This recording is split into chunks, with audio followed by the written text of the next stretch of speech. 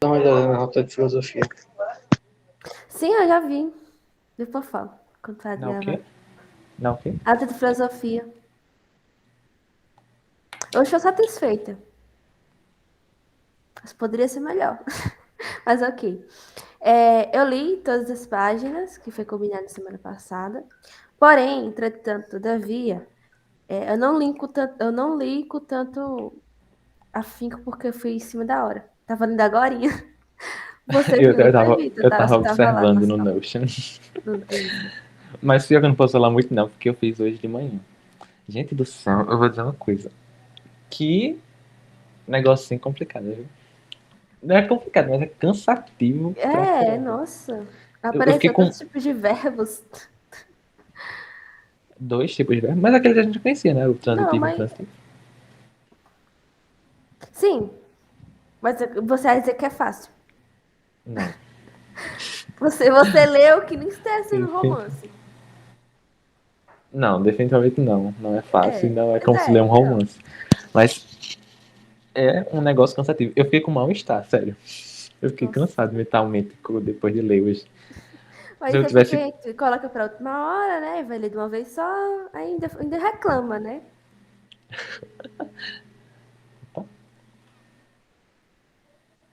Sim, mas a gente pode começar, né, com as. A gente começou na página 76, não foi? Não lembro. Deixa eu ver. Tá aberto aí? Atributivas. Tá, E foi até a página 81. exato, né? Que é quando acaba a morfologia categoremática. Essa parte, a autora começa a falar especificamente das atributivas, né? É, só atributivos ali. Exato. E aí as ramificações dela, que são os verbos, as formas nominais, os adjetivos e os advérbios. Vocês têm alguma consideração a respeito disso? O que, é que vocês Rapaz. acharam dos temas? Bem, a parte dos verbos transitivos e intransitivos pareceu muito com o que a gente já tinha estudado em português, né? Sim, sim.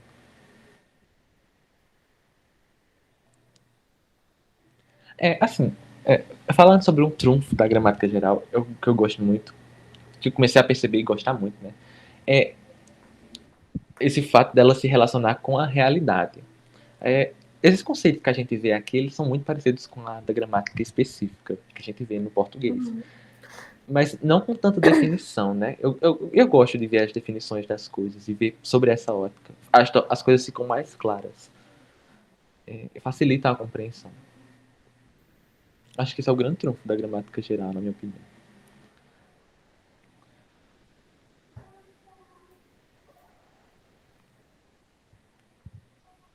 Bem, aí primeiro ela fala que são atributivas, né? Que são palavras que expressam os acidentes que existem na substância. Aí ela começa a falar sobre os verbos e suas funções, que são quatro, que ela afirma lá, né? Que a primeira, ela fala que expressa um atributo, os verbos expressam um atributo juntamente com a noção de tempo, que além de dar característica, ele tem essa correlação com o tempo, né? Aí ela até fala que tempo é medida de mudança e ação é mudança. E o verbo indica ação. E pá, tá tudo conectado, né? Tá bem Sim, sim. conectado isso. Tempo é medida de mudança, ação é mudança e verbo expressa ação. Aí, combinou tudo. Aí ela dedica uma boa parte explicando isso, de que é importante o fato de que o verbo está ligado com o tempo. Aí depois ela Ela diz assim, É tanto que ela diz, essa característica do verbo é tão importante que é a definição, né? A definição do verbo a função é, a definição de um verbo é justamente essa função de expressar um atributo de uma substância, juntamente com essa noção de tempo. Ah, é isso. muito importante. A segunda função é a que indica, o verbo indica distinção temporal de ação denotada. Bem, nessa parte, quando ela falou dessa forma, Eu fiquei tipo, o quê? O quê? Mas aí depois ela exemplifica o que é isso, mas eu esqueci já, deixa eu abrir aqui. Nessa parte ela está falando especificamente dos tempos verbais, né? Ela Sim. define o tempo verbal como sendo essa relação que há entre o tempo que aconteceu a ação, o ato Ah, mesmo, lembrei agora. e o momento em que a gente refere ao ato. E aí ela até faz uma explicação, né? Quando a gente usa o tempo presente, na verdade a gente está fazendo uma referência no momento em que o ato ocorre. Na verdade ela diz o contrário. Quando a gente faz a referência a um ato que ocorre no mesmo momento que a gente está referenciando, a gente está usando o tempo presente. Se a referência é feita posteriormente ao ato, é o tempo passado que a gente usa. E quando é anterior à ocorrência dele, do ato, é o tempo futuro. E eu achei interessante porque ela não usou a palavra presente. Eu não sei se no texto todo ela não usou, mas o que ela se importou mesmo em falar foi quando a gente fala, o tempo em que a gente está falando. Deixa eu ver como é que ela usa a palavra. Que ela não usa assim literalmente presente, por causa que eu sempre estudei verbo, tem presente, passado e futuro, né? Aí, Uhum. aí sempre explicava, presente é o presente, mas ela fala sobre isso dessa forma aqui, ó. Deixa eu ver. Se eu falo de uma ação enquanto ela ocorre. Então, o presente para ela é o momento em que se está falando. Aquele momento. Justamente. Ela define desse jeito, né? Se eu Talvez falo de uma isso. ação. Porque talvez se ela trouxe essa palavra presente, né, ia. Enfim, é isso mesmo. Pode falar, Brenner. Não, talvez seja pela interpretação do presente que ela tinha na época, ou por uma questão da tradução mesmo. Sim, sim. É por isso que tá assim. Eu não acho que seja por tradução, não. Porque, de fato, faz sentido, né? Ela coloca justamente o tempo presente, né, o tempo verbal, é essa relação entre o acontecimento do ato, o momento em que acontece o ato e o momento em que se faz a referência dele. E aí o tempo presente é justamente quando se faz a referência enquanto a ação ocorre. O que faz Isso. sentido, né? Se você pensar, eu acho que faz Faz sentido. sentido. E deixa especificado o que é o presente para ela, sabe? Deixa Isso fica claro, né? específico, deixa Evidente. claro. Deixa bem claro. Porque aí, tipo, o que é. Como assim um presente? É quando o cara fala, o agente fala. Enfim. Aí a terceira função é expressa modo. Sim, no caso, só um minuto. No caso, você tá falando que quando a gente estuda na escola, eles não dão essas definições, né? Eles falam presente é o Não, momento atual, é o agora, é o sabe? agora. Pois, esse é um ponto interessante. Na escola a gente acaba aprendendo gramática de uma forma muito mais simplificada, né? E não fica muito claro os conceitos. Isso ficou muito claro Não, essa não é. semana. Peraí, Diga? posso falar? Não, não é nem questão simplificada, pô. É que é um ensino mecanizado. Você não está lá para entender o que aquilo representa ou como se chegou àquele resultado. Você está ali para descobrir uma série de regras e códigos e usar. Pronto, é que nem matemática. Você não está lá para descobrir como o Thales chegou em um resultado. Você está lá para pegar a regra que ele criou e usar. Pronto. E é por isso que o grupo existe, para entender o que ocorre por trás e, por consequência, saber. Uhum. Eu não sei. Na matemática, alguns professores ainda fazem essas demonstrações. É claro que não tem tanta evidência. Mas na gramática, eu acho que o problema é por conta. É como ela definiu no começo, né? A gramática específica ela trata da relação das palavras, a concordância das flexões, né? Como, por exemplo, a concordância entre o adjetivo e o substantivo, ou entre o verbo e o sujeito, esse tipo de concordância. Mas não define muito bem.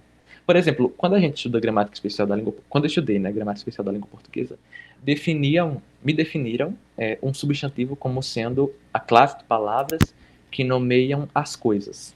Então pensa numa coisa, o nome dela é um substantivo. Aí, por exemplo, a gente foi até uma discussão da gente semana passada de substantivo concreto e abstrato. E aí diziam, um substantivo concreto é aqueles que existem na realidade. E um substantivo abstrato é um que só existe na nossa cabeça, né? Por exemplo, definiram assim na minha época, meu professor. Só que essa definição é meio confusa quando a gente pensa, por exemplo, pensa na palavra Deus ou na palavra sereia. Seria um substantivo concreto ou seria um substantivo abstrato?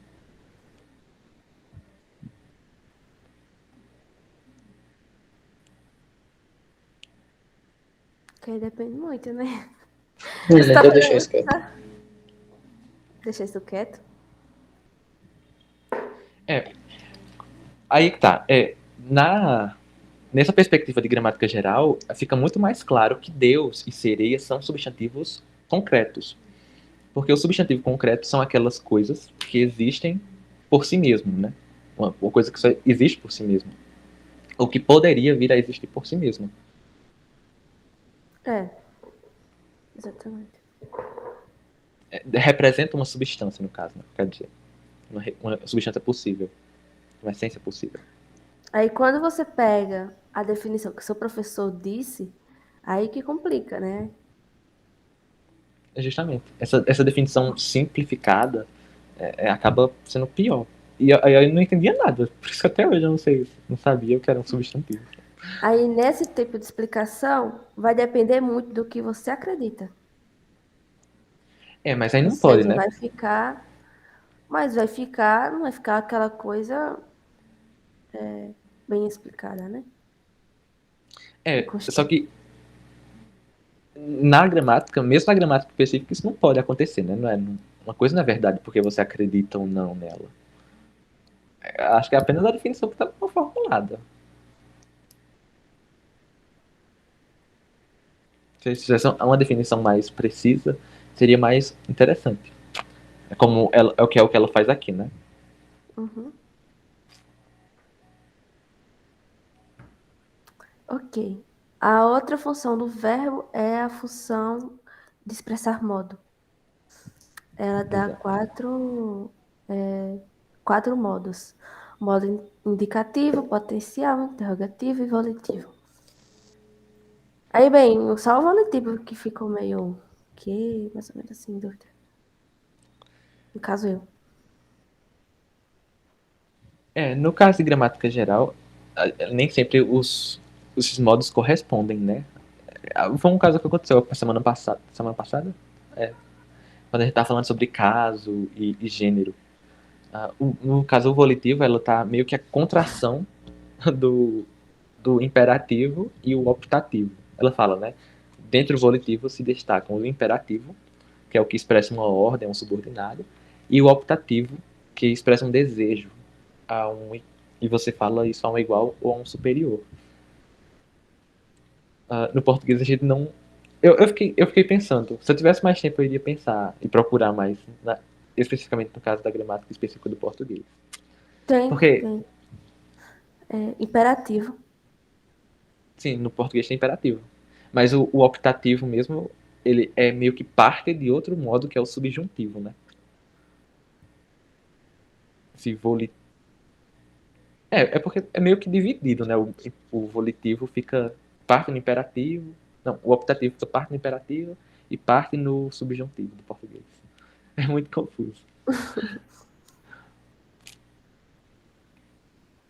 Mas aí ela fala do modo e ela destaca no final, né? Que pela proximidade da lógica, com a lógica, é importante a gente separar o indicativo do interrogativo. No português a gente considera como um modo só, né? Mas pela proximidade com a lógica, o interrogativo não pode expressar uma verdade ou uma falsidade. Por isso que ele tem que ser considerado como um modo diferente. Eu achei interessante essa parte. Eu anotei aqui. Que, é... E é interessante, porque a pergunta em si, só o fato de ser pergunta quer dizer que em si ela Não não carrega. tem um verdadeiro ou falso. O que vai dizer, o que vai ser verdadeiro ou falso, vai ser a resposta para aquilo, né? Tipo, Sim, sim. eu imagino duas pessoas. Vamos dizer que, teoricamente, uma pessoa está perguntando e ela não sabe se ela está certa, se aquilo que ela está perguntando está certo ou errado. Ela está isenta desses dois lados. Ela está perguntando. E a pessoa que vai respondê-la é que vai saber se se aquilo que ela está perguntando é certo ou errado. Mas a pergunta em si não tem esses dois lados. Não, acho que você quis dizer que a pessoa que vai responder aqui pode emitir uma verdade ou uma falsidade. Isso, exatamente. Mas teoricamente, cara, a pessoa que está perguntando às vezes na teoria sabe algo relacionado àquilo. Mas a pergunta em si não tem isso. Sim, sim. Aquelas perguntas enviesadas, né? Que são feitas para Pode ser, teoricamente. Mas vamos dizer que teoricamente a pergunta ela está isenta dessas duas coisas. não pode ser classificada nesses termos de verdade e falsidade. É. E do mesmo modo o volitivo, ele não pode ser classificado. Você não pode falar, eu digo, fecha a porta, Cauane. Fecha a porta, Breno. Eu vou dizer, isso é mentira, isso é verdade. Não, não é. Você não classifica assim, é uma ordem pronta. Né?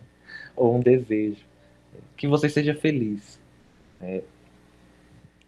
Não tem como classificar isso, essa oração como sendo uma verdade ou uma falsidade.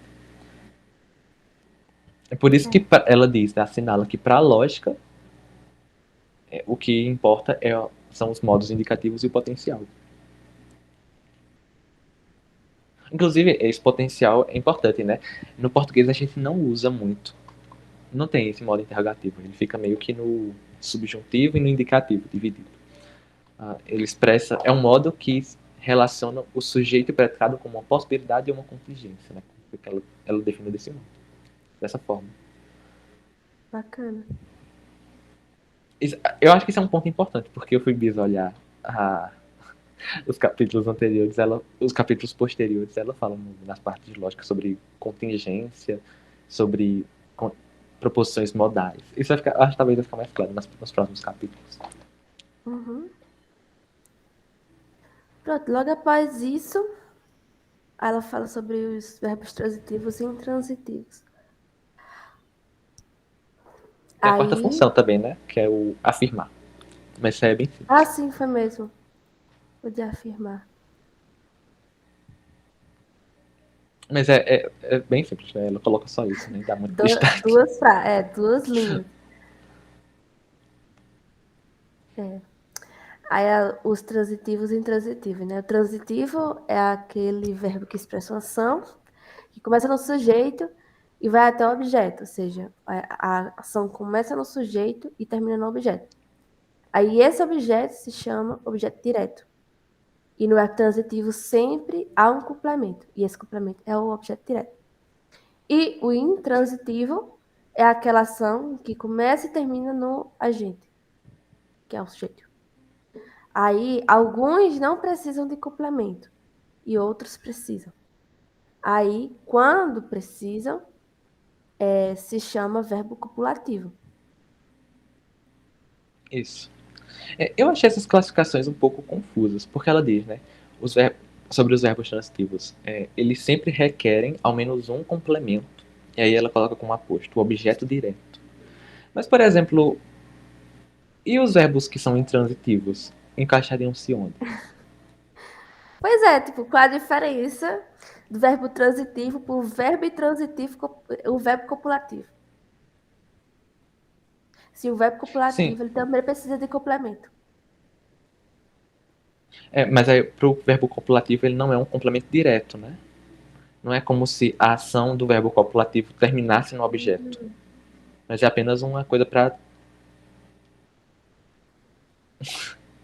é apenas uma coisa ali para complementar o sentido. Uhum. Que é o que o verbo que ela dá o exemplo é o tornar-se.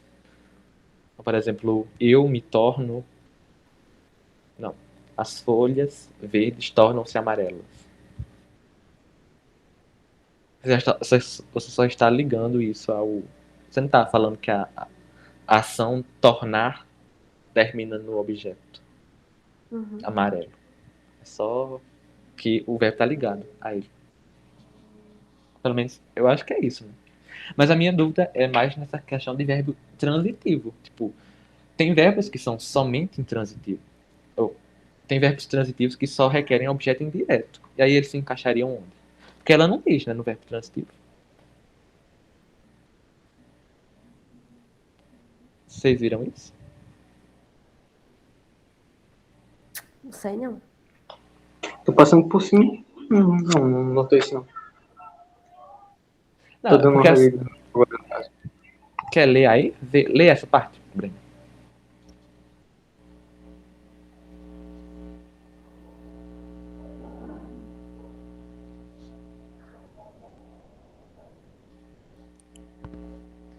Ela diz assim, ó, então, eu vou ler.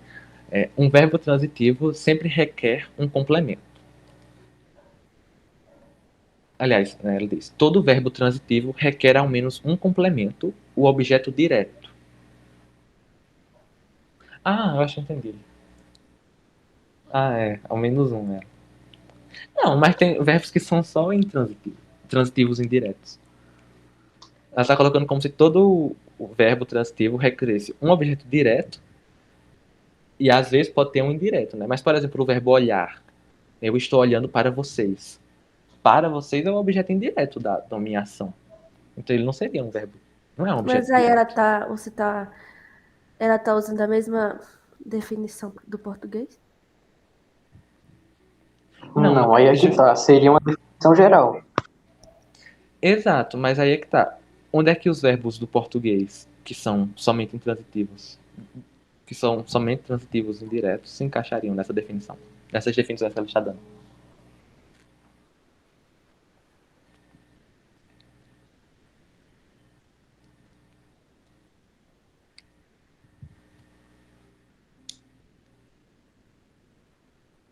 Eu achei complicado porque ela diz o seguinte, ó. Ah, vou ler a parte que ela diz. Ela diz: todo verbo transitivo requer ao menos um complemento, o objeto direto. Alguns verbos transitivos, como dar, requerem tanto um objeto direto quanto um indireto. Outros, como eleger, podem requerer dois acusativos para completar o seu sentido. Um objeto direto e outro predicativo do objeto. Mas, por exemplo, nenhuma dessas classificações que ela mostrou se encaixa um verbo, por exemplo, olhar. Olhar para alguém. Eu fiquei nessa dúvida.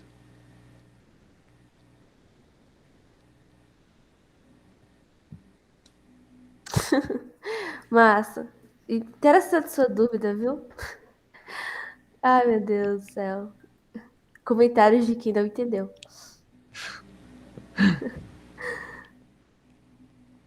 Enfim, essa parte eu tenho que voltar para revisar.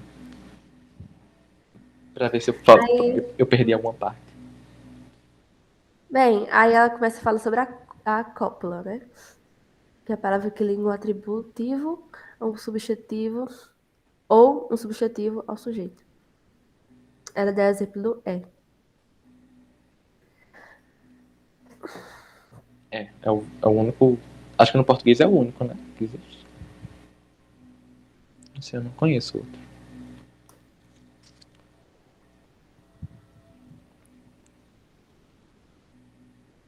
Sim, mas nessa parte que ela fala sobre o caso especial da cópula, ela faz uma distinção entre o verbo é e o verbo. A flexão do verbo ser. É diferente. Você fala que João é no sentido de existência. Ao contrário de, por exemplo, João é humano. Esse é só está ligando o substantivo humano a João, ao sujeito João. Exatamente. Aí ela faz essa Aí diferença. no caso, sim, ela fala sobre isso. Ela faz essa diferenciação, né? No caso da pura cópula, é uma palavra sem categoremática que vai ser estudada posteriormente, né? Enquanto que a flexão é uma palavra categoremática. E ela tem outras características, né? Por exemplo, a pura cópula não expressa um atributo com uma noção de tempo. Não expressa um atributo com noção de tempo. Já a flexão expressa uma ideia de existência. Ou seja, é um verbo, né? E desse modo admite um modificador adverbial, que é o que ela vai explicar depois.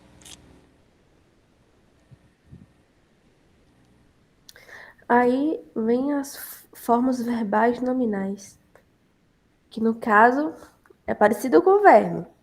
Ela expressa um atributo juntamente com a noção do tempo e indica o tempo verbal. Porém, ela não afirma e não expressa modo. Aí ela pode estar no infinitivo, no particípio e no gerúndio. Eu achei essas definições complicadas também. Na verdade, ela nem define, né? Ela só cita. Pelo menos a tradução só citou. Na verdade, eu não achei que a explicação dela foi muito legal, não, nessa parte, não. Pois eu também não. A única que foi mais ou Ela menos já. relativo é o do infinitivo. Ela disse que é um substantivo abstrato e, portanto, pode desempenhar suas funções gramaticais. As funções gramaticais de um substantivo. Mas de gerúndio e de particípio não ficou claro. Aí, tipo, ela deu de uma forma, ela mostrou de uma forma que eu não sei se eu realmente entendi ou se eu não entendi. Tipo, tá, ok, eu sei que é assim, mas não sei, enfim, não sei se eu realmente entendi. É porque Não, eu não também tem entendi que nada, ler porque. várias vezes, no caso, né? Não, assim, o problema é que assim, o infinitivo ela deu uma definição. É um substantivo abstrato e, portanto, pode desempenhar todas as funções gramaticais de um substantivo. E aí o exemplo seria pensar. O gerúndio, ela diz, é uma forma verbal nominal que, tal como o infinitivo, pode desempenhar todas as funções de um substantivo. Qual é a diferença, então? Tipo, Eu ia escrever, né, a definição de cada um. Aí, beleza, eu escrevi a definição do infinitivo direitinho no Notion. Aí, quando eu chego no particípio, aí ok, mas cadê a definição aqui? Aí no gerúndio, ok, mas cadê a definição aqui? Aí eu, não. Se for para deixar só a definição definitiva, então eu vou apagar todas. Aí eu deixei só os 3 pontinhos lá, no resumo, pois. pra ter noção. Particípio eu até entendo que seja difícil de definir mesmo, porque no português a gente não tem mais. No particípio eu lembro que no particípio tinha no latim, em línguas como o latim, tem no Esperanto, por exemplo, mas no português deixou de existir. Mas eu não entendi foi nada do que ela tá dizendo ali. Não dá pra ter nem ideia do que seja. Até porque no exemplo que ela dá do particípio é o mesmo que ela dá no substantivo, no gerúndio, né? Que é o thinking em inglês.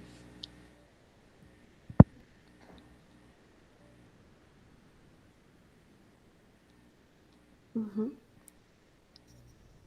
Sim, aí após isso ela passa para adjetivo, que são as palavras que expressam um atributo de outro atributo. Não, que expressam um atributo de uma substância.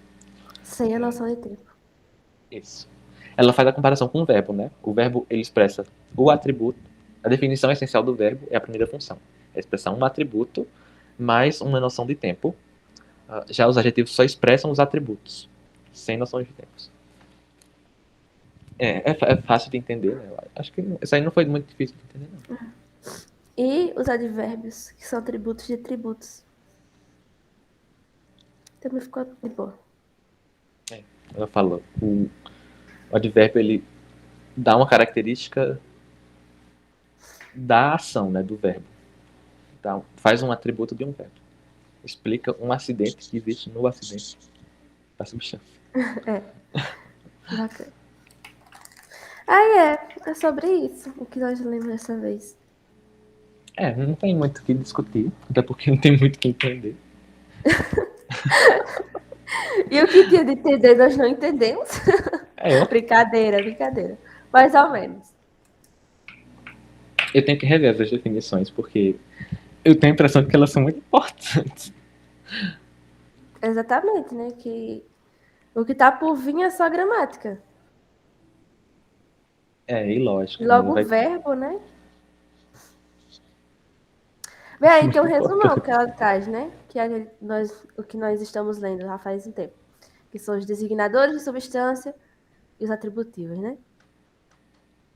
Aí, no caso, os substantivos e os pronomes são os designadores de substância. O verbo, as formas verbais e os adjetivos são os atributivos. E o Isso. advérbio é o atributivo secundário. Pronto. Resumimos 3 semanas. Ou foi duas? Bem resumido, bem resumido. Foi duas. Foram duas. Foi duas. 2 semanas. Bem resumido mesmo. É, claro, porque a É gente tá basicamente o resumo trazendo. que ela. Não tá trazendo as definições, né? É, basicamente o que É, a gente estuda nas 2 semanas. É o resumo de morfologia categoremática, na verdade. Né? morfologia categorimática se desdobra nesses 3 tipos de palavras. As que designam a substância, as que designam atributos de substância e atributos de atributos da substância. Pronto, aí para a próxima semana fica a página 82, que começa a morfologia sincategoremática, e vai até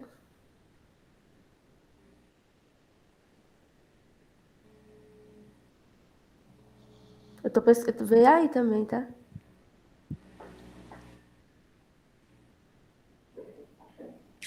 É a página 81 que a gente parou, não foi? Foi. A gente poderia ir até 89, né? A análise sintática da gramática geral, que acaba morfologia categorimática. Sim, categorimática, aliás. 88, no caso. É, 89. É É, no 88, caso, porque a tem muitas 89 é o páginas. resumo, né? Meio que o resumo. É 88. Não, é porque na 89 o que tem é o resumo, né? Aí, no caso, vai ser 7 páginas. Aí, tá bom. É, acho que fica razoável, né? Tá mais ou menos na mente do que a gente tinha planejado. Vou anotar lá no grupo.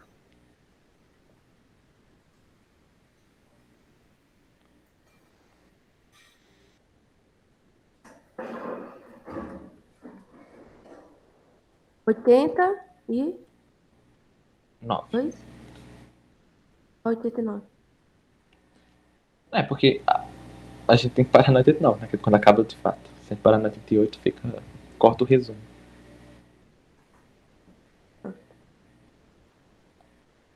Vou interromper a gravação.